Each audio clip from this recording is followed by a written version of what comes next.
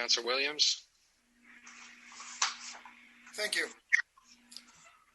I had the privilege to grow up in a community where there were a lot of immigrants.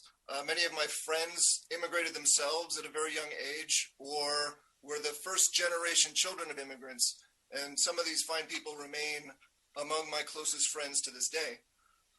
It wasn't until I was older that I realized how fortunate I was to come up in an environment where diversity is a given, and having a group of friends who are very different from me in some ways, but in other ways quite similar, gave me a basic level of comfort in building relationships across cultures, which turns out to be a very useful thing in the world. And I've been able to go on to a genuinely international career as a result. When I look around Keene, I don't necessarily see the level of diversity that I was raised with, and that strikes me as a real detriment. There are a lot of opportunities that children miss out on when they are raised in a mostly homogeneous environment. I think it's to our city's credit that we are actively trying to do better in this respect.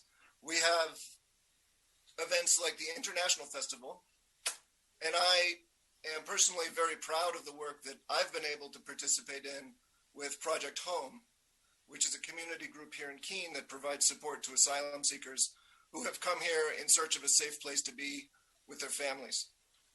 So it's very upsetting to me that all this great work that is being done to build a community where everyone feels welcome is undermined by nativist legislation like House Bill 266 to suggest that our local government should hold the federal government's coat at a time when the federal government has been so abusive towards immigrants in recent years is an anathema to me morally.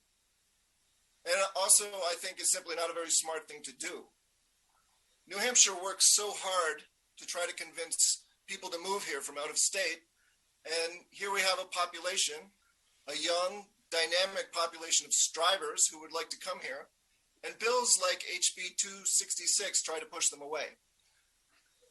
If we want to build strong immigrant communities in Keene, and I certainly do, we need to signal to those communities that the city of Keene, New Hampshire has their back and will not participate in any abrogation of their human rights, no matter who is in charge of the federal government at a given time. And with that, I say that I support this resolution in opposition to HB 266. And I hope that my fellow councilors feel likewise. Thank you. Any other comments or questions?